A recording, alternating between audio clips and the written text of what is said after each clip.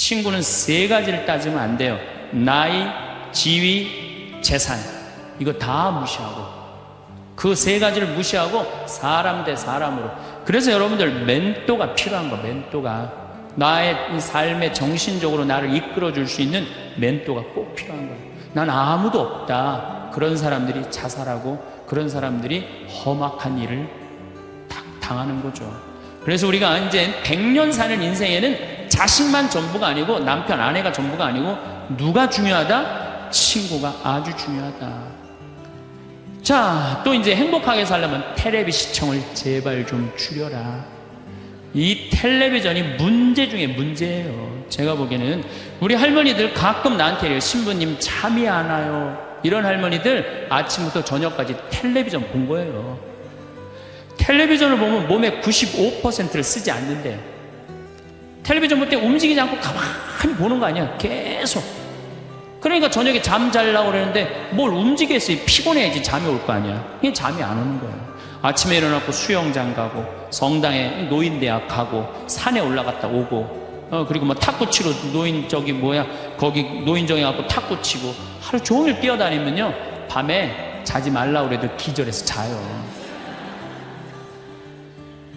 아니, 텔레비전 내용 뻔하지 않아요? 가난한 집 아들이 애인이 있는데 출세하고 싶어서 애인하고 배신하고 부잣집 딸한테 그냥 장갈 가버린 거야. 그랬더니 여자가 난 이제 살고 싶지 않다 이렇게 배신당하고 여기 한강에 뛰어내려서 죽었어. 근데 길 가던 어떤 남자가 그걸 보고 뛰어내려서 구한 거예요. 물속에 들어갔고, 구했는데 어메 이놈이 또 갑부집 아들이 구했네.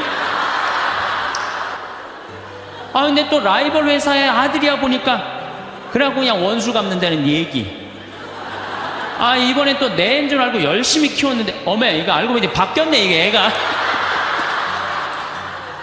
아니 이런 걸 뭘 맨날 보세요. 뭘 맨날 보세요. 텔레비전은 내가 할 수 있는 일을 자꾸 뒤로 미루게 만들어요. 그리고 사람을 자꾸 게을르게 만들고 질서를 무너뜨리게 만드는 거예요. 텔레비전을 보려고 해도 사건 중심의 드라마를 보라는 거예요. 사건 중심의. 맨날 애정 그런 거 보시지 마시고.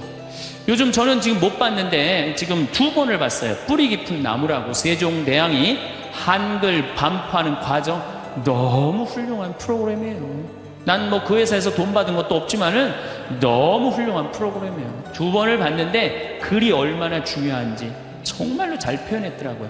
그런 걸 보시라는 거예요. 내셔널 지오그래픽, 히스토리 채널, 평화방송 뭐 이런 거 보라는 거예요. 제 얘기는.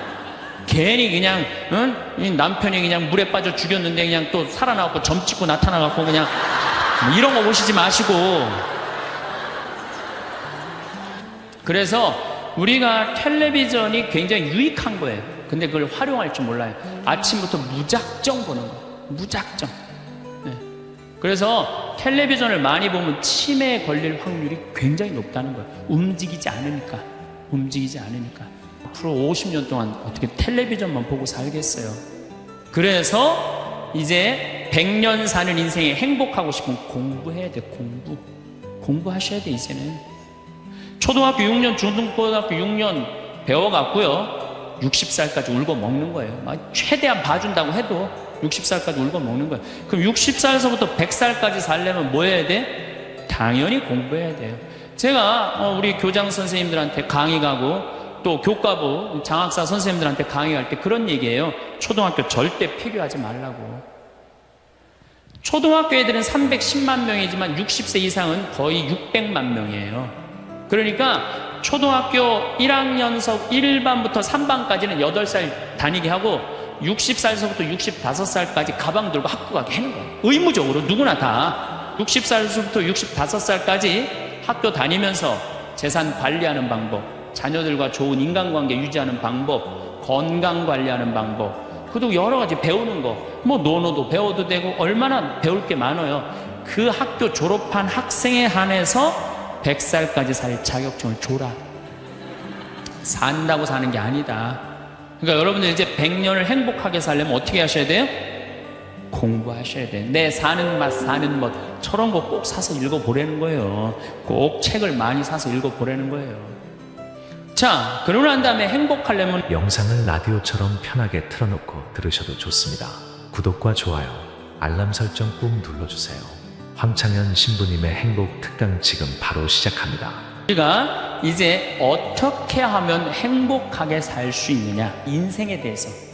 여러분들은 이제 여기 지금 60살 되신 분들은 100살까지 살 것이고, 50살 되신 분들은 110살까지 살 것이고, 40살 되신 분들은 120살까지 살 거야. 그럼 나는 이제 자식 다 키우고 60살서부터 120살까지 뭐하고 살 거냐? 곰곰이 생각해야 돼. 만약에 늙어서 할 일이 기다리고 있다, 이거 행복한 거예요.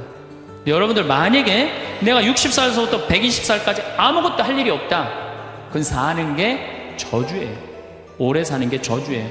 여러분들, 오늘 이후에 계획을 한번 짜보세요. 나는 60살에 뭘 할 거고, 70살에 뭘 할 거고, 80살에 뭘 할 거고, 90살에 뭘 할 거고, 100살에 뭐 할 거다. 아, 신부님 언제 살지도 모르는데, 그 사람처럼 바보가 없어요. 죽을 때 죽더라도 계획은 가져야죠. 계획이 이씨 살다가 죽는 사람이랑 계획 없이 그냥 대책 없이 100살까지 사는 사람이랑은 삶의 질이 틀린 거예요. 그래서 여러분들 이제 행복하게 살려면은 그런 생각을 곰곰이 해라. 두 번째, 내가 행복하려면 뭐 해야 되냐면 운동해야 돼. 아프면 안 돼요. 100살까지 살면서요, 이제는 죽지도 못해요. 죽을 만하면 살려갖고 오고, 죽을 만하면 살려갖고 와서 죽지도 못해요. 이제 의술이 좋아갖고 죽지도 못해요. 그럼 귀양 앞으로 50년 살 거 어떻게 사는 게 좋을까요? 건강하게 사는 게 좋은 거죠. 그러면 여러분들 수영장 다니셔야 돼요. 수영장 가갖고 뭐 자유형 버터플라이 이런 거 하라는 거 아니에요. 수영장 걸어왔다 10분 왔다 갔다만 하면요, 산에 2시간 올라갔다 오면 효과가 난대요. 허벅지에 근육이 안 풀리면은요, 죽을 때까지 누워서 뒤 가릴 수 있다는 거예요. 그런데 운동 안 하고 가만히 있는 할머니들 70살, 80살 되면요, 움직이지 못해요. 그럼 아들이 막 들었다가 화장실 갖다 놓고 씻고, 그게 사는 거예요? 그렇게 100년까지 사는 거는 사는 게 아니죠. 그렇게 살기 싫으면 어떻게 해야 돼요? 운동해야 돼. 수영장 다니. 무슨 돈으로? 집 잡아서. 여러분들, 자식들한테 재산을 물려준다고 자식을 사랑하는 길이 아니에요. 늙어서 자식 나 신경 안 쓰고 자기네들 나름대로 잘 살게 도와주는 게 어떻게 하는 거예요?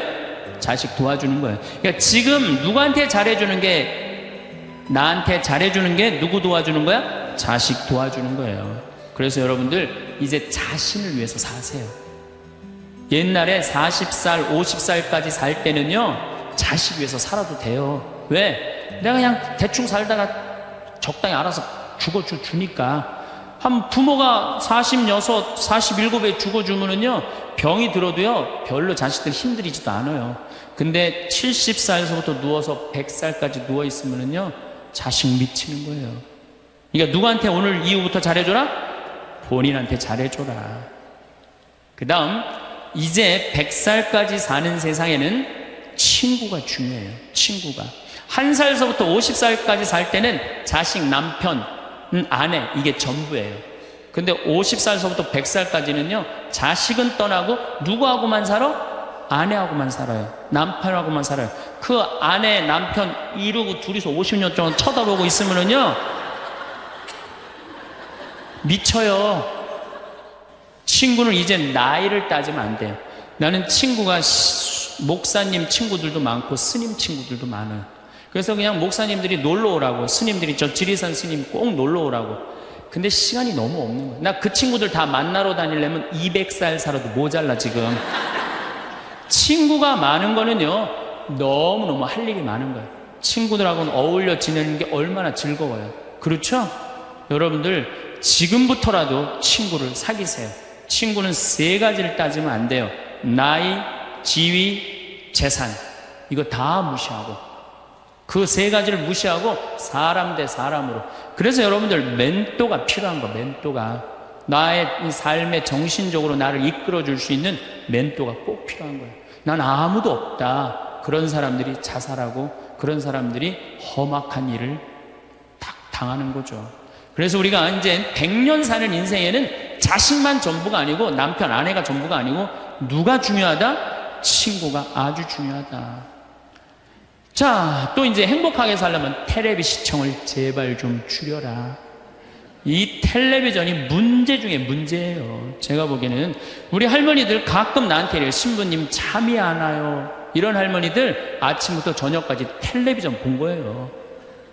텔레비전을 보면 몸의 95%를 쓰지 않는데요. 텔레비전 볼 때 움직이지 않고 가만히 보는 거 아니야. 계속. 그러니까 저녁에 잠 자려고 그러는데 뭘 움직였어요. 피곤해야지 잠이 올 거 아니야. 이게 잠이 안 오는 거예요. 아침에 일어나고 수영장 가고 성당에 노인대학 가고 산에 올라갔다 오고 그리고 뭐 탁구 치러 거기 노인정에 가고 탁구 치고 하루 종일 뛰어다니면요 밤에 자지 말라고 그래도 기절해서 자요.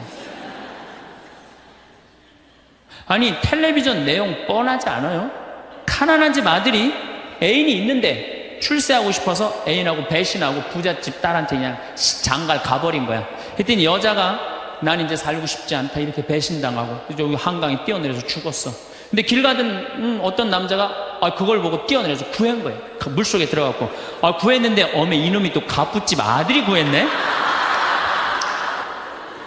근데 또 라이벌 회사의 아들이야 보니까 그래갖고 그냥 원수 갚는다는 얘기. 이번에 또 내 애인 줄 알고 열심히 키웠는데 어메 이거 알고 보니 바뀌었네 이게 애가. 아니 이런 걸 뭘 맨날 보세요. 뭘 맨날 보세요. 텔레비전은 내가 할 수 있는 일을 자꾸 뒤로 미루게 만들어요. 그리고 사람을 자꾸 게으르게 만들고 질서를 무너뜨리게 만드는 거예요. 텔레비전을 보려고 해도 사건 중심의 드라마를 보라는 거예요. 사건 중심의. 맨날 애정 그런 거 보시지 마시고. 요즘 저는 지금 못 봤는데 지금 2번을 봤어요. 뿌리 깊은 나무라고 세종대왕이 한글 반포하는 과정. 너무 훌륭한 프로그램이에요. 난 뭐 그 회사에서 돈 받은 것도 없지만은 너무 훌륭한 프로그램이에요. 2번을 봤는데 글이 얼마나 중요한지 정말로 잘 표현했더라고요. 그런 걸 보시라는 거예요. 내셔널 지오그래픽, 히스토리 채널, 평화방송 뭐 이런 거 보라는 거예요. 제 얘기는. 괜히 그냥 이 남편이 그냥 물에 빠져 죽였는데 그냥 또 살아나고 점 찍고 나타나갖고 그냥 이런 거 보시지 마시고.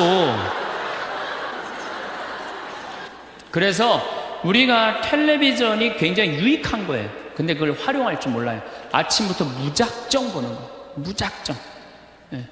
그래서 텔레비전을 많이 보면 치매에 걸릴 확률이 굉장히 높다는 거예요. 움직이지 않으니까. 앞으로 50년 동안 어떻게 텔레비전만 보고 살겠어요. 그래서 이제 100년 사는 인생에 행복하고 싶으면 공부해야 돼. 공부하셔야 돼. 이제는 초등학교 6년 중등고등학교 6년 배워갖고요 60살까지 울고 먹는 거예요. 최대한 봐준다고 해도 60살까지 울고 먹는 거예요. 그럼 60살에서부터 100살까지 살려면 뭐 해야 돼? 당연히 공부해야 돼요. 제가 우리 교장 선생님들한테 강의 가고 또 교과부 장학사 선생님들한테 강의할 때 그런 얘기예요. 초등학교 절대 폐교하지 말라고. 초등학교 애들은 310만 명이지만 60세 이상은 거의 600만 명이에요. 그러니까 초등학교 1학년서 1반부터 3반까지는 8살 다니게 하고 60살에서부터 65살까지 가방 들고 학교 가게 하는 거예요. 의무적으로 누구나 다 60살에서부터 65살까지 학교 다니면서 재산 관리하는 방법, 자녀들과 좋은 인간관계 유지하는 방법, 건강 관리하는 방법, 그리고 여러 가지 배우는 거, 뭐 논어도 배워도 되고 얼마나 배울 게 많아요. 그 학교 졸업한 학생에 한해서 100살까지 살 자격증을 줘라. 산다고 사는 게 아니다. 그러니까 여러분들 이제 100년을 행복하게 살려면 어떻게 하셔야 돼요? 공부하셔야 돼요. 내 사는 맛 사는 멋 저런 거 꼭 사서 읽어보라는 거예요. 꼭 책을 많이 사서 읽어보라는 거예요. 자, 그러고 난 다음에 행복하려면 어떻게 해야 되느냐? 웃어라. 웃으면 여러분들 행복해요. 마를린 먼로가 뭐라고 그러냐면은 유머가 없는 남자를 상대하는 거는 날감자를 먹는 거와 같다 그래요. 그러니까 여러분들 만약에 남편이 30년 동안 생전 웃긴 소리 한 번도 안 했어. 그럼 여러분들은 30년 동안 날감자만 먹고 산 거예요. 날감자만. 아니 근데 60까지는 괜찮아. 60까지는. 근데 100살까지 생전 웃긴 얘기 안 해. 그럼 거의 100년 동안 날감자만 먹고 산 거예요. 그 사람 행복하겠어요? 안 행복하겠어요? 안 행복해요. 아인슈타인이요, 여러분들 언젠가 한번 봤을 거예요. 혀를 확 내물고 눈을 크게 뜨는 사진 보셨죠? 아인슈타인이 뭐라 그래? 나의 천재성은 어디에서부터 시작된다? 유머에서부터 시작된다. 유머에서부터. 이탈리아 사람은 하루에 19분을 웃는데요. 독일 사람은 7분을 웃고 한국 사람은 하루에 1분 웃는다는 거예요. 1분 웃는. 그러니까 한국 사람들이 그래서 행복지수가 떨어지는 거예요. 안 웃어서 행복지수가 떨어지는 거예요. 여러분들 웃을 때요, 웃는 여자들, 웃는 남자들은 목 디스크도 안 걸려요.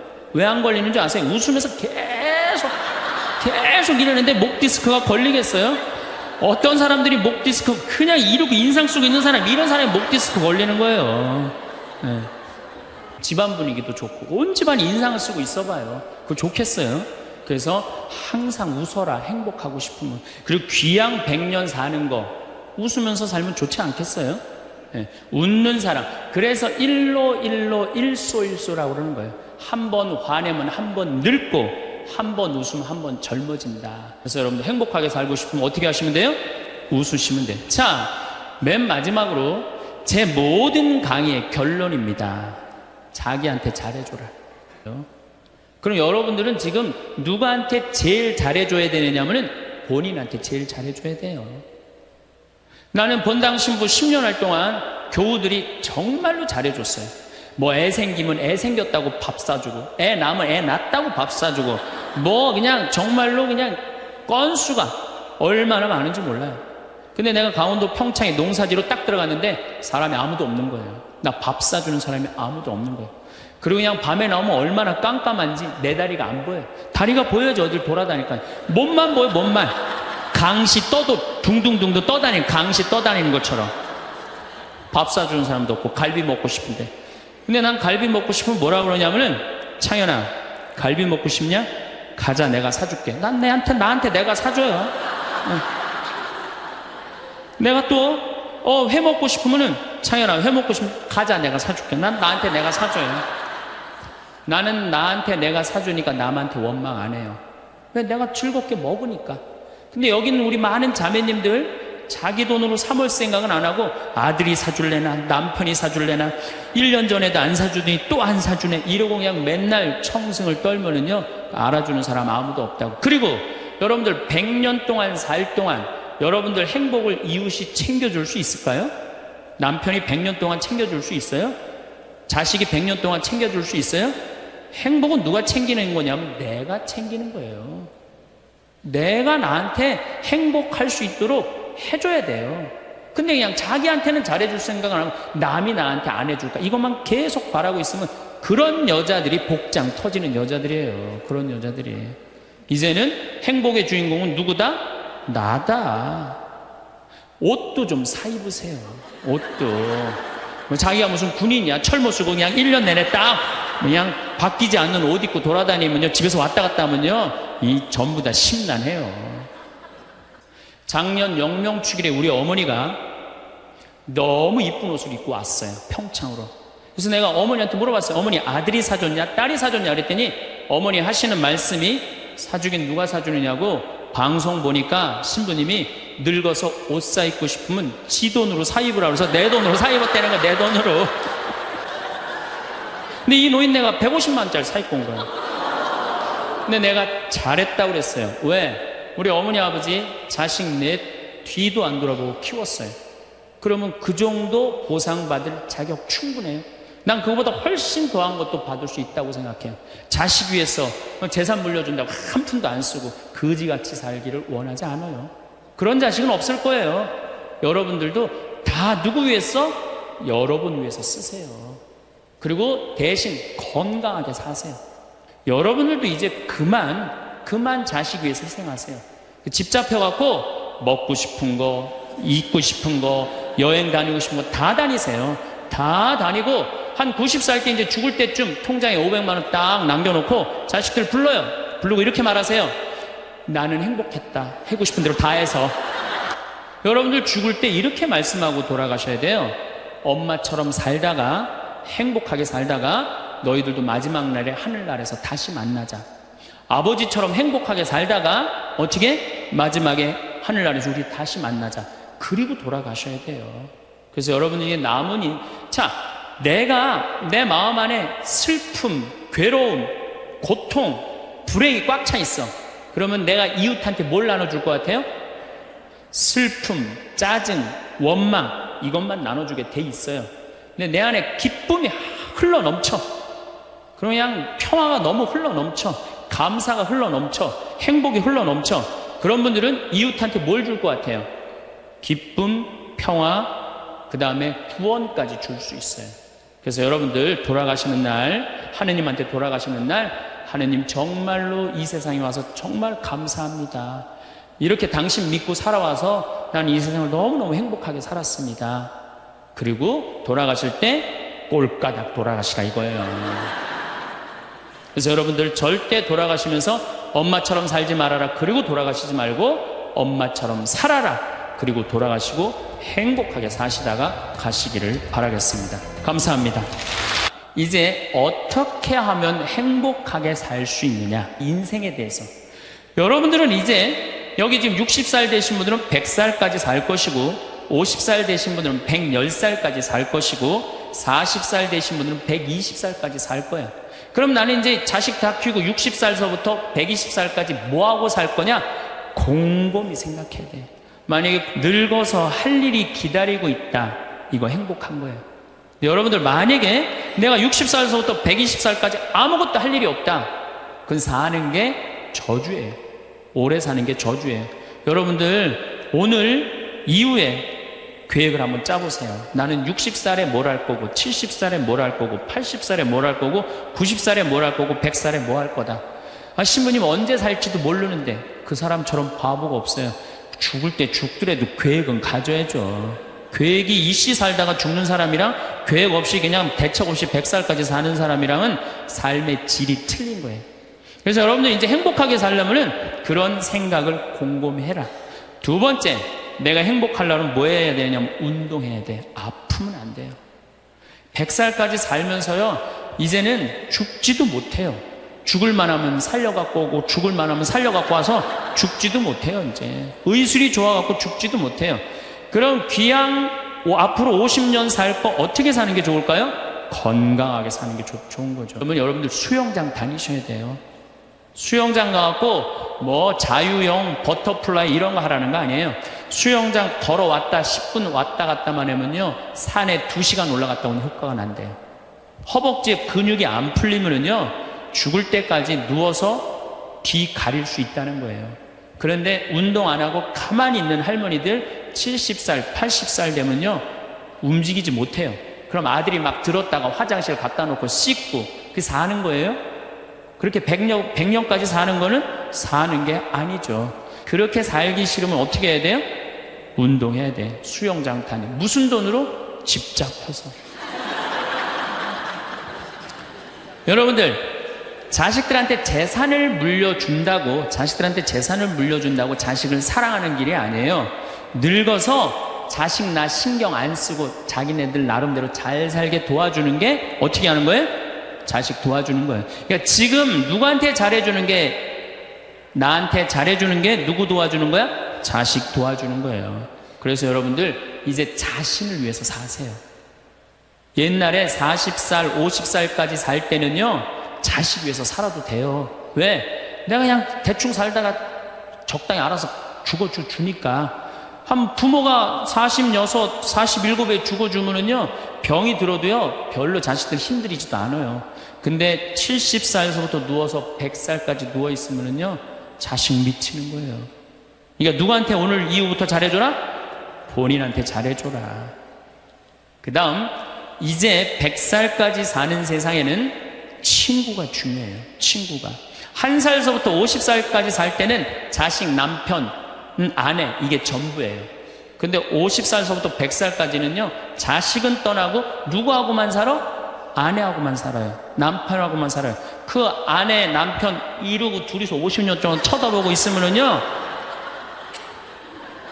미쳐요. 친구는 이제 나이를 따지면 안 돼요. 나는 친구가 목사님 친구들도 많고 스님 친구들도 많아요.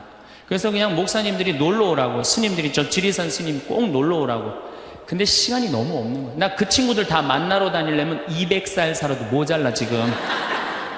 친구가 많은 거는요, 너무너무 할 일이 많은 거예요. 친구들하고는 어울려 지내는 게 얼마나 즐거워요. 그렇죠? 여러분들 지금부터라도 친구를 사귀세요.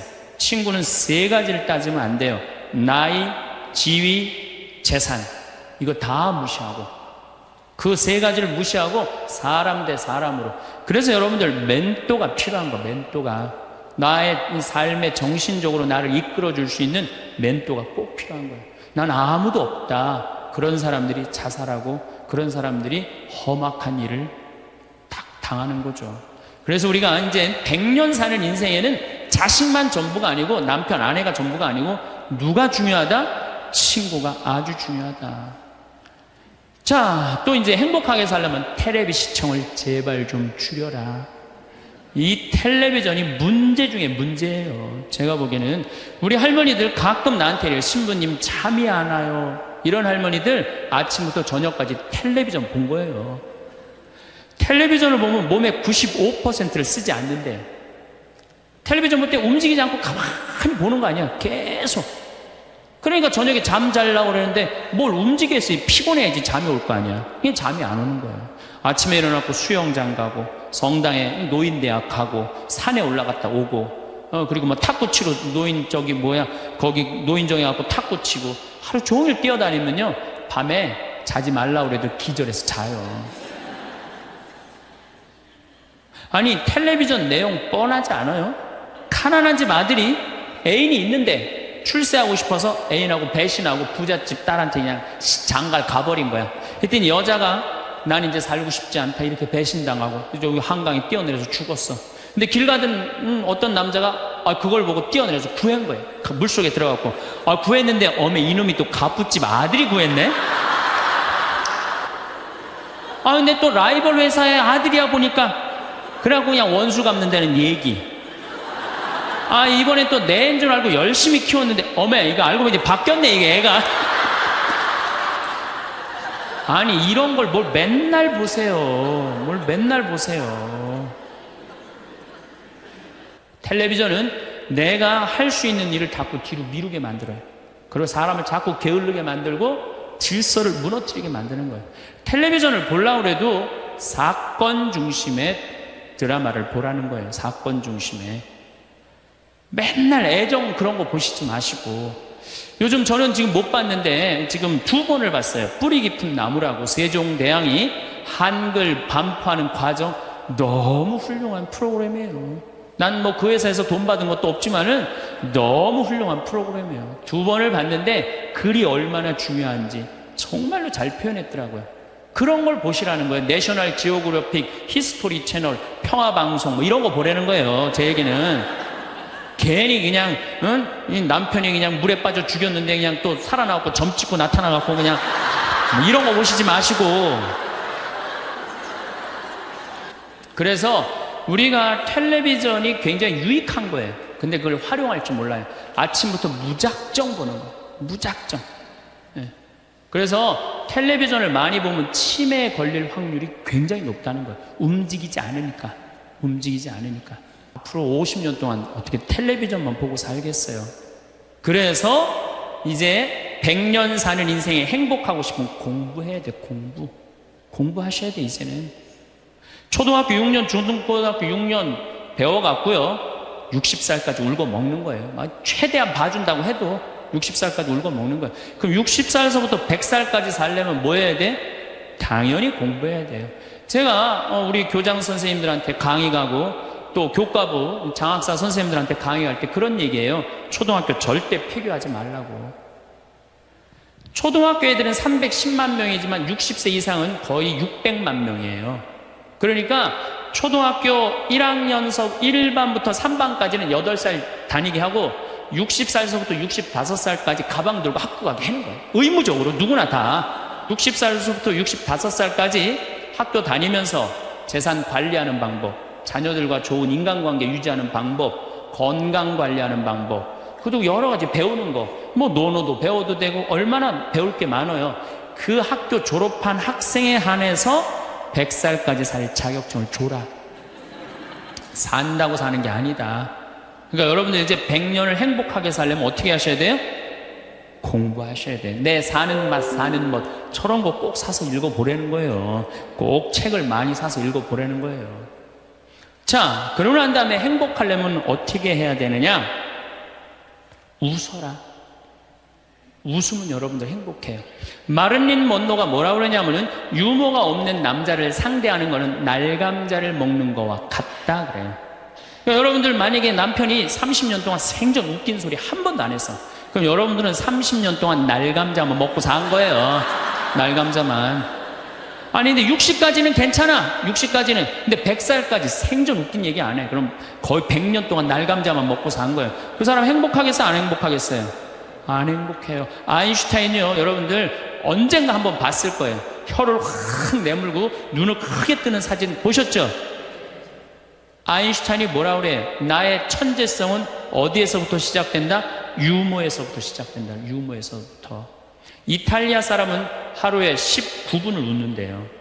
독일 사람은 7분을 웃고 한국 사람은 하루에 1분 웃는다는 거예요. 1분 웃는. 그러니까 한국 사람들이 그래서 행복지수가 떨어지는 거예요. 안 웃어서 행복지수가 떨어지는 거예요. 여러분들 웃을 때요, 웃는 여자들, 웃는 남자들은 목 디스크도 안 걸려요. 왜 안 걸리는 줄 아세요? 웃으면서 계속 이러는데 목 디스크가 걸리겠어요? 어떤 사람들이 목 디스크 그냥 이렇게 인상 속에 있는 사람, 이런 사람이 목 디스크 걸리는 거예요. 네. 집안 분위기도 좋고 온 집안이 인상을 쓰고 있어봐요. 그거 좋겠어요? 그래서 항상 웃어라. 행복하고 싶으면. 그리고 귀양 100년 사는 거 웃으면서 살면 좋지 않겠어요?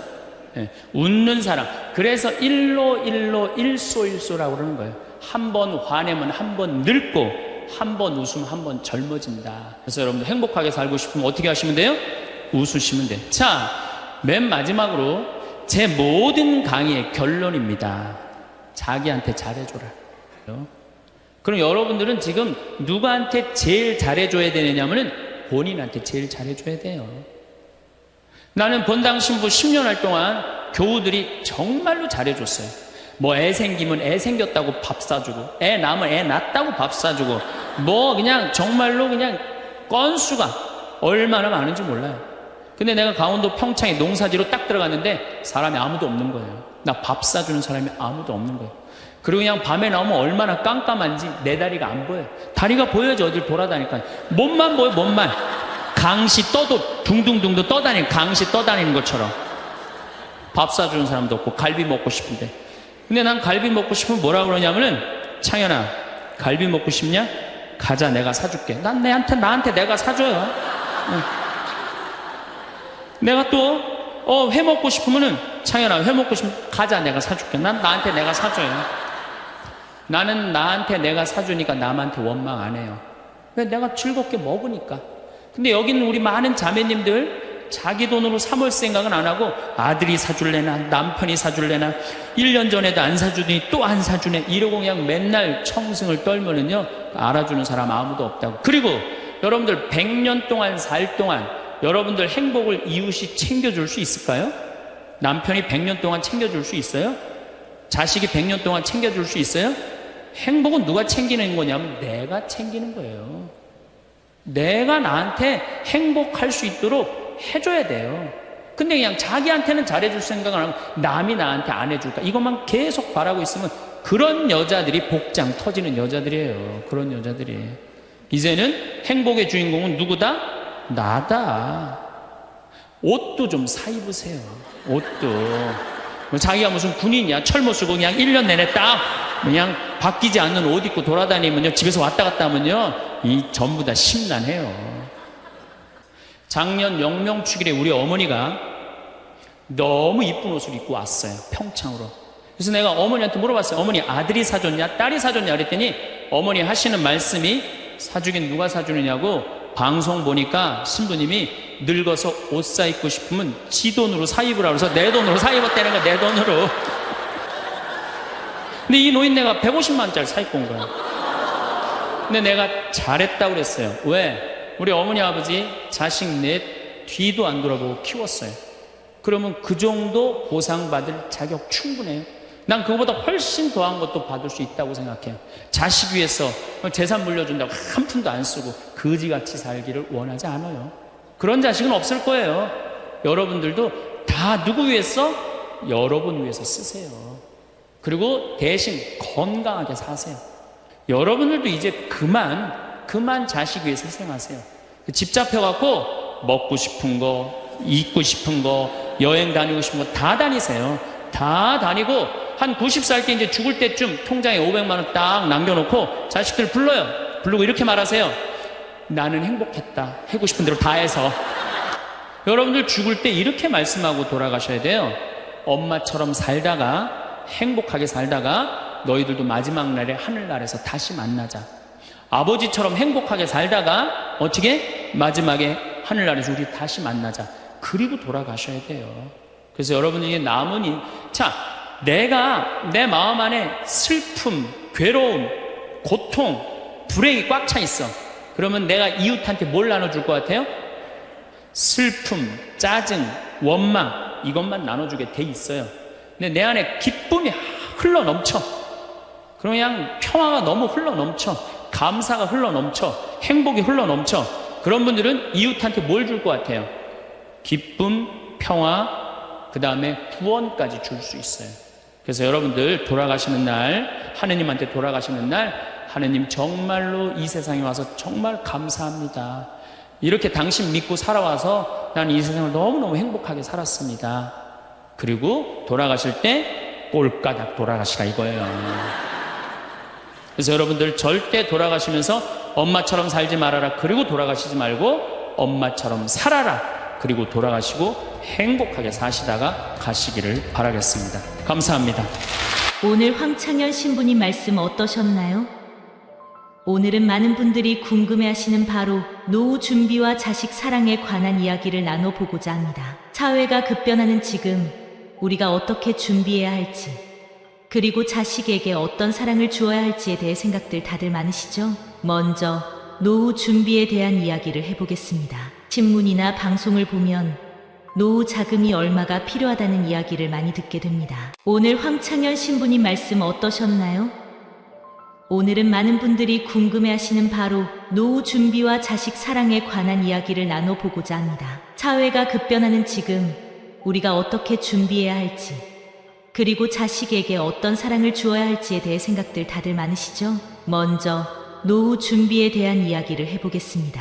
신문이나 방송을 보면 노후 자금이 얼마가 필요하다는 이야기를 많이 듣게 됩니다. 그러나 여러분, 그런 얘기에 너무 신경 쓰실 필요는 없습니다. 예전 세대는 평균 수명이 50에서 60세였고 자식도 많았죠.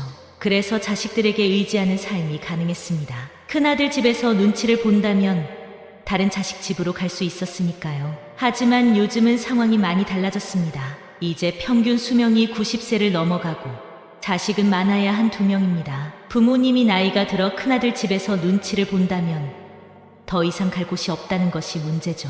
그래서 오늘날 우리에게 필요한 것은 바로 스스로 노후를 준비하는 것입니다. 과거에는 자식들이 부모의 노후를 책임졌지만 이제는 더 이상 그럴 수 없는 시대가 되었습니다. 자식들도 이제 자기 삶을 살아가야 하고 부모에게 의지하는 것에 대해 큰 부담을 느끼게 됩니다. 이런 상황에서 부모님은 자식에게 모든 것을 기대기보다는 스스로의 노후를 준비해야 합니다. 자식들에게 나는 늙어서 너에게 손 벌리지 않을 거야 라는 메시지를 주는 것이 오히려 자식 사랑의 진정한 형태일지도 모릅니다. 자, 그렇다면 이제 자식 사랑의 새로운 정의에 대해 이야기해보죠. 우리가 자식에게 줄 수 있는 최고의 선물은 무엇일까요? 나는 부모님들이 자식을 위해 자신의 모든 것을 희생하려 합니다. 하지만 여러분, 자식을 위해 모든 것을 바치는 것이 정말 옳은 일일까요? 자식들도 지금의 사회에서 살아가기가 매우 팍팍한 상황입니다. 이런 상황에서 부모님이 자식에게 모든 것을 기대한다면 자식은 더 큰 부담을 느끼게 됩니다. 그래서 저는 진정한 자식 사랑이란 자식에게 의지하지 않고 부모 스스로가 자신의 삶을 책임지는 것이라고 생각합니다. 부모 세대는 자식을 여럿 낳고 그들에게 모든 것을 바쳤습니다. 하지만 이제는 그런 방식이 통하지 않습니다. 자식 보험에 의존하는 시대는 이미 지났고 부모 스스로가 자신의 노후를 준비해야 합니다. 이것이 바로 21세기를 살아가는 우리에게 필요한 새로운 자식 사랑의 정의입니다. 자식들에게 모든 것을 바치는 것이 아니라 그들에게 부담을 주지 않는 것이 더 큰 사랑이 될 수 있습니다. 글로벌 시대에 부모의 역할도 변화하고 있습니다. 어느 전문가가 미국 워싱턴에서 근무하던 시절 한국에서 온 많은 기러기 아빠들을 보게 되었다고 합니다. 자식을 위한 조기 교육을 위해 부부가 떨어져 사는 경우가 많아졌죠. 하지만 여러분, 부부가 떨어져 지내면서 서로의 관계가 소원해지는 경우가 많습니다. 부부 사이의 거리가 멀어지면 결국 자식과의 관계에서도 문제가 생길 수 있습니다. 그렇기 때문에 자식을 위해 모든 것을 희생하기보다는 부부간의 관계를 지키는 것이 더 중요합니다. 여러분, 자식이 커서 독립하게 되면 결국 부부만 남게 됩니다. 이때 부부가 서로 소원해져 있다면 노후의 삶은 어떻게 될까요?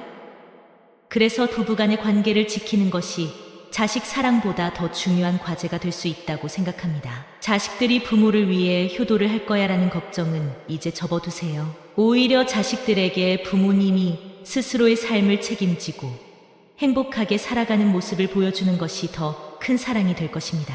노후 준비에 대해 이야기할 때 우리는 종종 젊어서 희생하고 저축해야 한다는 말을 듣습니다. 하지만 여러분, 노후만을 위해 사는 것이 정말 옳은 방법일까요?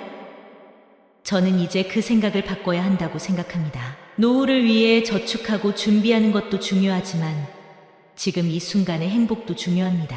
우리가 젊어서 너무 많은 것을 희생하면 현재의 행복을 잃어버릴 수 있습니다. 그래서 저는 노후를 위한 준비도 필요하지만 현재의 삶을 행복하게 사는 것이 더 중요하다고 생각합니다. 예를 들어 40대 부부가 자식을 위해 따로 살면서 노후에 다시 함께할 계획을 세운다고 가정해 봅시다.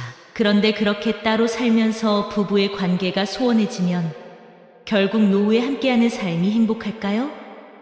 자식이 자라서 독립하면 결국 부부만 남게 됩니다. 그래서 지금 이 순간의 행복을 위해 부부간의 관계를 지키는 것이 더 중요하지 않을까요? 노후를 위한 저축과 준비도 필요하지만 현재의 삶을 행복하게 사는 것이 더 중요합니다. 많은 부모님들이 자식이 전부인 것처럼 살아갑니다. 자식을 위해 모든 것을 바치고 자식이 자라는 동안 부모로서의 역할에 최선을 다합니다.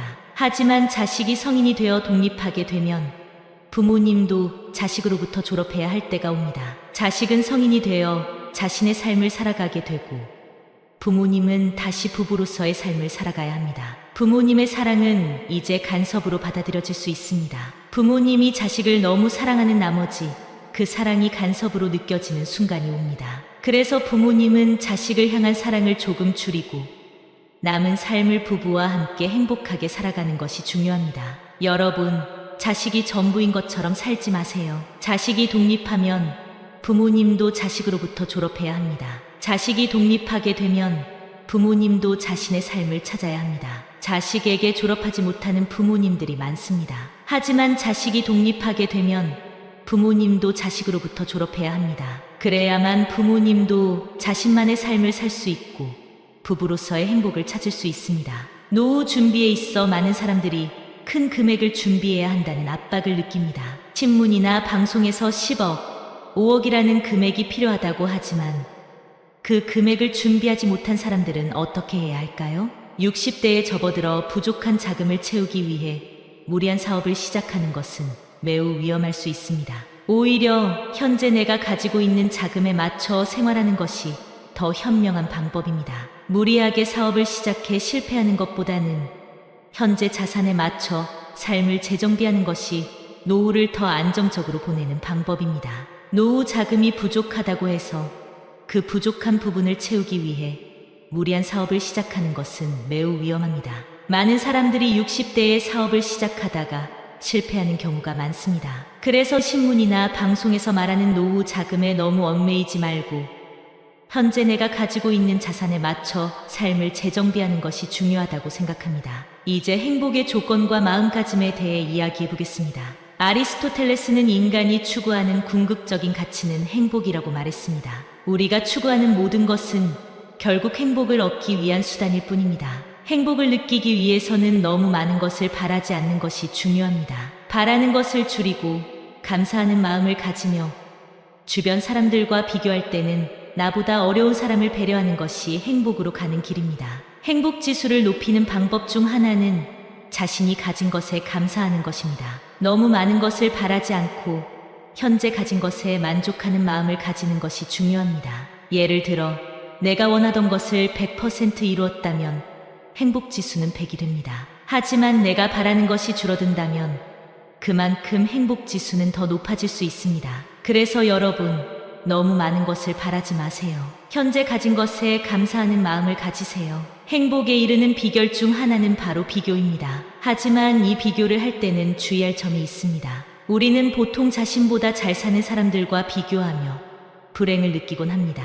그러나 여러분, 비교할 때는 자신보다 어려운 사람들과 비교해 보세요. 그러면 내가 얼마나 행복한 삶을 살고 있는지 깨닫게 될 것입니다. 세상에는 나보다 더 어려운 상황에 처한 사람들이 많이 있습니다. 그들을 돌아보고 그들에게 배려하는 마음을 가진다면 여러분의 행복 지수는 더욱 높아질 것입니다. 비교를 할 때 너무 위를 쳐다보며 비교하지 마세요. 그러면 목 디스크가 생길 수 있습니다. 대신 아래를 내려다보며 비교해 보세요. 나보다 더 어려운 상황에 있는 사람들을 보며 그들에게 배려하는 마음을 가진다면 여러분의 마음은 더 풍요로워지고 행복해질 것입니다. 배려는 곧 나눔으로 이어지며 이 나눔이야말로 최고의 행복을 가져다 줄 것입니다. 나눔과 배려는 우리가 행복하게 살아가는 데 중요한 요소입니다. 우리가 가진 것을 다른 사람들과 나누고 그들을 배려하는 마음을 가지는 것이 진정한 행복을 가져다 줍니다. 세상이 각박해지고 사람들 사이의 관계가 소원해질수록 우리는 더 많이 나누고 더 많이 배려해야 합니다. 이런 마음가짐이 바로 21세기 우리 사회가 필요로 하는 덕목이라고 생각합니다. 배려는 다른 사람을 이해하고 그들의 상황을 생각하는 것입니다. 예를 들어 식당에서 깍두기가 맛있다고 해서 더 달라고 요구하기보다는 주방에서 일하는 사람의 입장을 생각해 보세요. 그들에게 조금 더 친절하게 대하는 것이 배려입니다. 배려는 단순히 물질적인 나눔을 넘어 마음의 나눔을 의미합니다. 우리가 서로를 배려하고 이해하며 살아간다면 그 사회는 더 행복한 곳이 될 것입니다.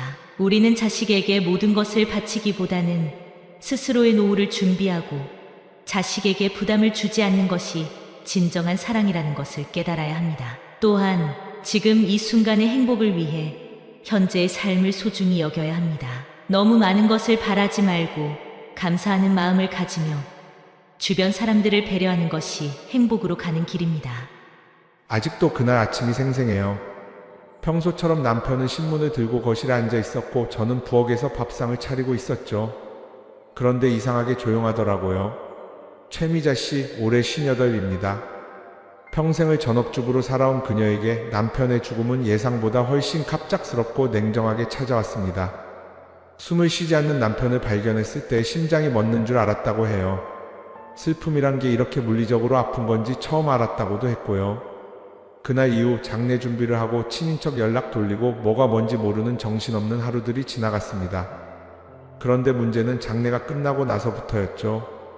며칠 뒤 집으로 날아온 편지 한 통. 고인이 남긴 재산에 대한 상속세 고지서였습니다. 서류를 펼쳐본 순간 미자 씨는 그 자리에 주저앉고 말았어요. 여보가 이런 걸 남기고 갈 줄이야. 그것도 세금이라니. 그녀가 몰랐던 사실은 이랬습니다. 남편 명의로 된 아파트 한 채, 예금 몇 천만 원. 별거 아닌 줄 알았던 그 재산들이 법적으로는 모두 상속 대상이라는 사실이었죠. 그리고 그걸 받기 위해선 국가에 세금을 내야 한다는 겁니다. 아니, 남편이 남긴 건 내 가족한테 준 거잖아요.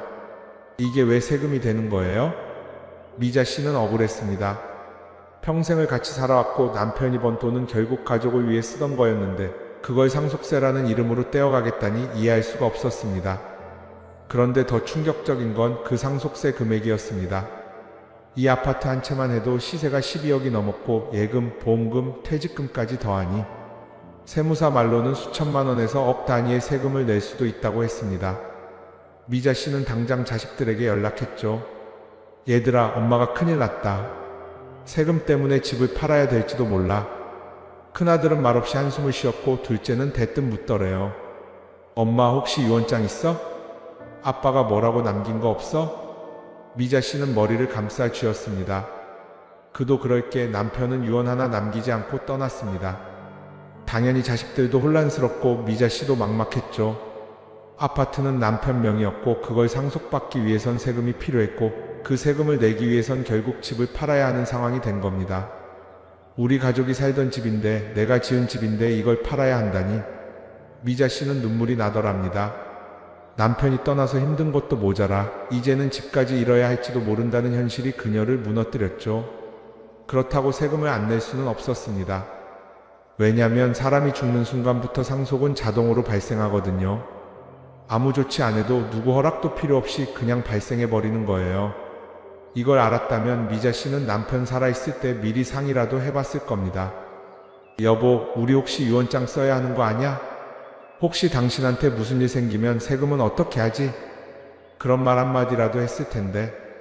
근데 그랬잖아요. 우리 같은 평범한 사람들 그런 거 신경 잘 안 쓰잖아요. 상속세는 부자들 얘기지 하고 넘기기 일쑤고요. 그런데 이게 웬걸? 집 한 채 가진 우리 같은 사람들한테도 세금은 찾아옵니다. 실제로 상속세는 기준 금액이 있어요. 예를 들어 배우자나 자녀가 받을 때는 일정 부분은 공제를 해주지만 재산 규모가 커지면 그 공제를 넘어서고 세금이 매겨지게 되는 거죠. 게다가 보험금, 예금, 심지어 사망위로금까지도 다 상속재산으로 계산돼요. 이걸 모르면 나중에 고지서 받고 뒤늦게 충격받는 일이 생깁니다.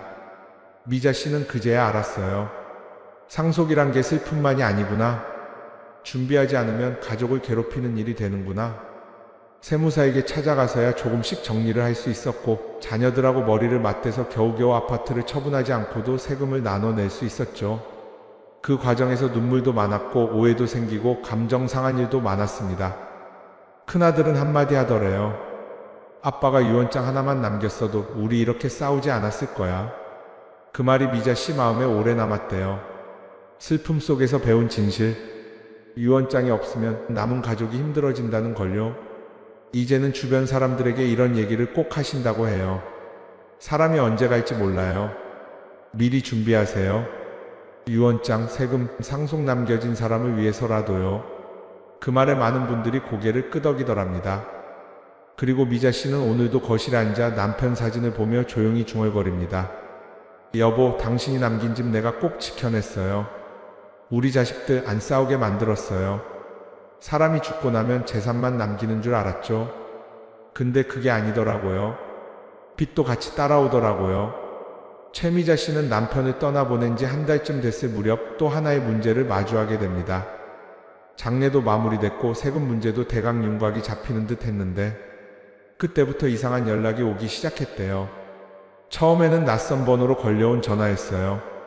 혹시 고인께서 남기신 카드 대금 확인하셨습니까? 사채가 일부 정리되지 않은 게 있습니다. 신용대출이 아직 일부 남아있어서 연락드렸습니다. 미자 씨는 너무 황당했답니다.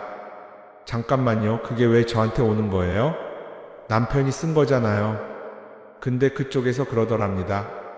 배우자시니까요. 상속인이시잖아요. 그제야 현실이 와닿았대요. 아, 이게 진짜 끝이 아니구나. 남편이 진 빚까지도 내가 짊어지는 거구나. 평생을 같이 산 사람이니까 어느 정도 짐을 나누는 건 당연할 수도 있겠죠. 하지만 그게 법적으로도 자동이라는 건 미자 씨는 처음 알았어요. 아무것도 하지 않으면 재산이든 빚이든 그냥 다 나한테 오는 거예요. 자동이에요. 내가 뭘 결정한 적도 없는데 말이죠. 미자 씨는 큰 충격을 받았습니다. 남편이 예전에 지인 보증을 서준 적이 있었는데 그게 아직 끝나지 않았던 거예요. 신용대출도 일부 남아 있었고 심지어 자동차 할부금까지도 남겨놓고 갔습니다. 그 총합이 2억이 넘었대요. 그걸 다 미자 씨 몫으로 떠안게 될 상황이 된 거죠. 사람이 죽으면 재산을 남기기도 하지만 빚도 남깁니다. 문제는 이걸 받겠습니다라고 명시하지 않아도 3개월 안에 아무 조치도 안 하면 자동으로 상속받은 걸로 간주된다는 겁니다. 미자 씨는 그 사실을 뒤늦게 알게 됐어요. 아니, 알려주지도 않으면서 왜 가만히 있으면 상속받은 걸로 쳐요? 이런 말도 안 되는 일이 현실에서 벌어지는 거예요. 그때 한 지인이 조심스레 알려줬답니다. 언니, 상속 포기 신청 안 했어? 그거 3개월 안에 법원에다 해야 되는 거야. 안 하면 그냥 끝나. 그 말을 듣고 미자 씨는 등골이 서늘해졌다고 했어요. 서둘러 가정법원에 찾아가 알아보니 아직 기한이 조금 남아 있었고 다행히 한정승인이라는 제도가 있다는 것도 알게 됐죠. 한정승인이 뭐냐고요? 쉽게 말해서 내가 상속받은 재산 범위 내에서만 빚을 갚겠다는 거예요. 그러니까 남편이 2억의 빚을 남겼어도 내가 받은 게 1억이면 1억까지만 책임지겠다 그런 뜻이에요. 이게 왜 중요하냐면요. 자칫 잘못하면 빚이 재산보다 많을 경우 그냥 다 떠안게 돼요. 아무런 조치도 안 하면 억울하든 말든 무조건 승인한 걸로 간주되거든요. 그럼 상속 포기는 뭐냐고요? 말 그대로 나는 상속 안 받을게요. 빚도 재산도 다 포기할게요 하는 거죠. 이건 완전히 관계를 끊는 겁니다. 좋게 들릴 수도 있지만 문제는 부모님이 남긴 물건 하나도 못 가져가요. 심지어 유품까지도요. 그래서 많은 분들이 한정 승인을 택하는데 그 절차도 만만치 않아요. 상속받은 재산이 뭐가 있는지 다 적고 그걸 법원에 내야 하거든요. 심지어 은행 잔고 내역, 자동차 명의, 보험 해약 환급금까지 다 조사해야 돼요. 미자 씨는 말했어요. 이럴 줄 알았으면 남편 살아있을 때 뭐라도 준비해뒀을 텐데 우리가 몰라서 당하는 게 참 많네요. 그리고 한 가지 더 충격적인 일이 있었습니다.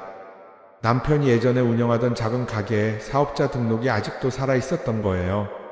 세금도 일부 밀려 있었고 거래처에 지급하지 못한 물품 대금도 있었죠. 그런 것까지도 상속이 돼요? 네, 됩니다.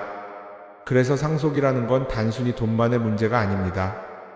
법적으로 남은 책임까지도 이어지는 문제예요. 심지어 미자 씨는 남편의 예전 핸드폰 문자에서 아직 정리 못한 외상 있어요. 다음 달에 꼭 드릴게요. 이런 메시지를 보고 나서 손이 덜덜 떨렸다고 했어요. 여보, 당신은 가버렸지만 난 아직 이 현실에 살아있어요. 다 떠안고. 이걸 알고 나니 주변에 이런 얘기를 꼭 하게 되더랍니다. 누가 돌아가시고 나면 절대 가만히 있으면 안 돼. 무조건 알아보고 3개월 안에 법원에 가서 포기든 승인이든 해야 돼. 안 그러면 나중에 채권자들한테 전화 오고 당신이 갚으셔야죠 라는 말 듣는 순간 정신이 멍해질 수 있어요. 특히 상속인이 여럿일 때는 더 주의해야 합니다. 한 명만 포기하고 나머지 둘이 그냥 가만히 있었으면 그 2사람 몫으로 그 빚이 다 넘어가는 겁니다. 가족이 많다고 나눠지는 게 아니에요. 오히려 포기하지 않은 사람이 더 많이 떠안을 수 있는 구조예요. 이런 걸 미리 알았더라면 모두 함께 포기하든가 상의해서 정리를 했을 텐데. 미자 씨는 말합니다. 죽음이 무서운 게 아니더라고요. 죽음 뒤에 찾아오는 서류더미, 고지서, 법원, 세금, 그게 사람을 더 무섭게 만들어요. 그래도 다행이었던 건 누군가 알려줬다는 거예요.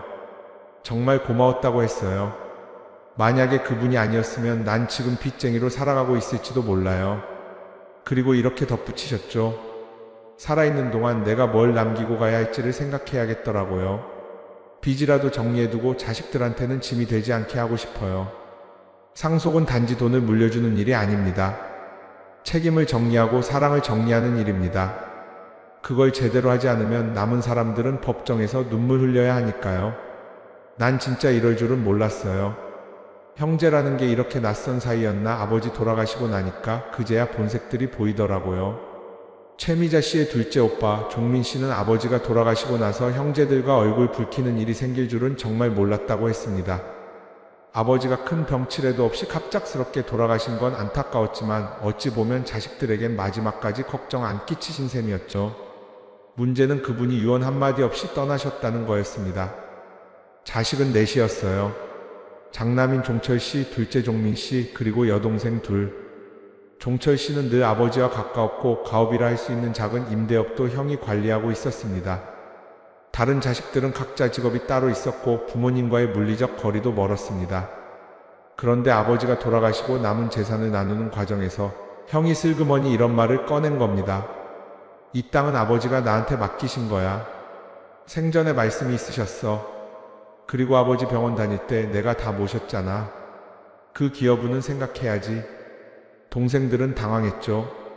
아니, 말로만 그러면 다 되는 거야? 문서 하나 없는데 어떻게 그걸 믿어?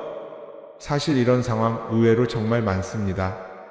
누가 병간호를 더 많이 했는지, 누가 부모님 곁을 지켰는지, 또 누가 경제적으로 도왔는지, 이런 건 다들 자기가 더 많이 했다고 생각하거든요. 그리고 그런 감정이 얽혀 있으면 이야기가 공평하게 나눠 가자에서 나는 더 받아야 한다로 바뀌는 거예요. 그때 문제되는 게 바로 유언입니다. 정확히 말하자면 유언이 없다는 게 문제죠. 누가 얼마큼 받으라는 아버지의 뜻이 문서로 남아 있었으면 이런 갈등은 없었을지도 모릅니다. 우리 민법에 따르면요, 유언이 없을 때는 상속인들이 모여서 협의 분할을 하게 돼 있어요. 쉽게 말해서 가족끼리 모여서 알아서 나눠 가지란 얘기죠. 근데 그게 쉬울까요? 이 집은 누나가 갖는 게 맞지 않아? 아니, 누나는 어릴 때 유학도 갔다 왔잖아. 부모님이 더 써줬잖아.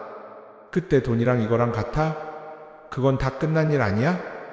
야, 그건 그때 그거고 지금은 지금이지. 이런 말이 오가다 보면 결국엔 감정이 터집니다. 장례식장에서 얼굴 붉히는 일도 생기고 심하면 그날 이후로 연락 끊고 지내는 일도 흔해요. 미자 씨의 이웃 아주머니도 그런 경우를 겪었다고 해요. 남편이 돌아가시고 시누이랑 조카들이 와서 집을 가만 안 두더래요. 우리 아버지 유산이잖아요. 이 가전제품 예전부터 아버지 거였어요. 이러면서 하나하나 챙겨가기 시작했다는 겁니다. 결국 못 견디고 법원에 가서 상속분할 소송을 걸었대요. 거기서 또 등장한 말이 기여분이라는 거였죠. 기여분이 뭐냐면요, 내가 부모님을 더 돌봤으니까 그만큼 더 받아야 된다는 주장입니다. 민법에서도 이걸 인정하는 경우가 있어요. 특별히 봉양을 했거나 병간호를 장기간 했다거나 부모 재산을 증식시키는 데 기여했다면 상속에서 일정 부분을 더 받을 수 있다는 거죠. 근데 이게 또 복잡합니다. 누가 더 기여했느냐는 증거를 남기기가 어려워요. 엄마 모시고 병원 다녔잖아. 매달 용돈 보낸 건 나야. 말은 다들 그렇게 하지만 법원은 계좌이체 내역, 병원 기록, 동거 증명 같은 걸 요구하거든요. 그래서 어설프게 기여분 주장했다가 오히려 소송만 길어지고 가족끼리 완전히 갈라지는 경우도 있습니다. 그걸 보는 미자 씨는 이렇게 말해요. 그냥 공평하게 나눠 갔지. 무슨 소용이 있다고 저렇게 싸우나 싶다가도 막상 내일이 되면 나도 가만 못 있을 것 같더라고요. 그게 사람 마음이에요. 부모가 돌아가시고 나면 남는 건 감정이에요. 그 감정에 돈이 얽히면 평소에 아무리 사이 좋던 형제도 어색해집니다. 그래서 유언이 필요하다는 거예요. 유언은 이러지 말고 이렇게 해라는 부모의 마지막 메시지입니다. 그걸 문서로 남겨두면 적어도 형제들이 덜 싸우게 됩니다. 이건 아버지 뜻이니까. 그 한마디가 사람을 멈추게 만들어요. 그렇다고 꼭 복잡하게 쓸 필요는 없습니다. 자필로 날짜, 이름 쓰고 재산 분배 내용을 적으면 그걸로도 유효한 유언장이 돼요. 나중에 그게 없어서 싸우는 것보다 손으로라도 적어두는 게 낫습니다. 물론 누군가는 이렇게 말할지도 몰라요. 형제끼리 알아서 나누면 되지 꼭 유언까지 해야 돼? 근데 실제로는요, 알아서 나누자는 말이 제일 많이 싸우는 말입니다. 서로 생각이 다르고 각자 기억하는 부모의 말도 다르거든요. 그래서 미자 씨는 이제 마음 먹었습니다. 자기 것도 남편 것도 하나씩 써두기로요. 남편도 내일 어떻게 될지 모르는데 아이들이 내 뜻 모르고 갈등하는 건 막고 싶어요. 사람이 떠나고 남은 건 물건이 아니에요. 그 사람이 남기고 간 마음이에요. 그 마음이 유언이라는 형식으로 남아있느냐 아니냐가 남은 사람들 삶을 크게 바꾸더라고요. 유언장 한 장, 그게 가족의 연을 이어줄 수도 있고 혹은 그게 없어서 형제의 연을 끊는 일도 생깁니다. 그 사람은 내 남편이었어요. 혼인신고는 못했지만 30년을 같이 살았어요. 근데 남편이 떠나고 보니 나는 그 사람한테서 아무것도 받을 수 없더라고요. 최미자 씨가 운영하는 동네 반찬 가게로 오랫동안 단골로 다니던 아주머니가 어느 날 이런 얘기를 꺼냈습니다. 30해를 함께 살았지만 법적인 아내는 아니었다는 거죠. 옛날에 한번 이혼 경험이 있고 여러 사정 때문에 혼인신고를 못한 채 함께 살았답니다. 둘은 부부처럼 살았고 함께 벌고 함께 쓰고 아프면 서로 병원에도 데려가고 남편이 암 선고를 받았을 때도 그 여자는 한시도 곁을 떠나지 않았습니다. 그런데 남편이 세상을 떠난 뒤 그 여자는 남편 명의로 된 집에서도 통장에서도 아무런 권리를 주장할 수 없게 된 겁니다. 아무것도 없었어요. 가족이라는 이름도 아내라는 지위도 상속권도 없었죠. 세상에 내가 30년을 산 사람이었는데 그녀는 아무리 항의해도 법적으로는 사실혼 배우자일 뿐이었어요. 우리 민법은 여전히 혼인신고가 되어 있지 않으면 배우자로 인정하지 않고 상속권도 없다고 보고 있거든요. 물론 이혼할 때처럼 재산 분할을 청구할 수 있는 길은 있습니다. 하지만 그것도 살아있을 때의 이야기고 사망하고 나면 법은 더 이상 그 관계를 가족으로 보지 않더라고요. 미자 씨는 그 말을 듣고 가슴이 철렁했답니다. 사랑했지만 법은 몰랐어요. 그 말이 그렇게 무서울 줄 몰랐어요. 그 아주머니는 결국 남편 자녀들한테 쫓기듯 그 집을 떠났다고 했습니다. 이 이야기를 들은 미자 씨는 한동안 멍하니 앉아 있었대요. 그리고 문득 생각난 사람이 있었어요. 자기 친정 동생, 막내 동생이었죠. 그 아이는 젊을 때부터 부모님 모시며 산다고 결혼도 포기하고 혼자 살았거든요. 우리 엄마 그 아이 없었으면 벌써 요양원 갔을 거예요.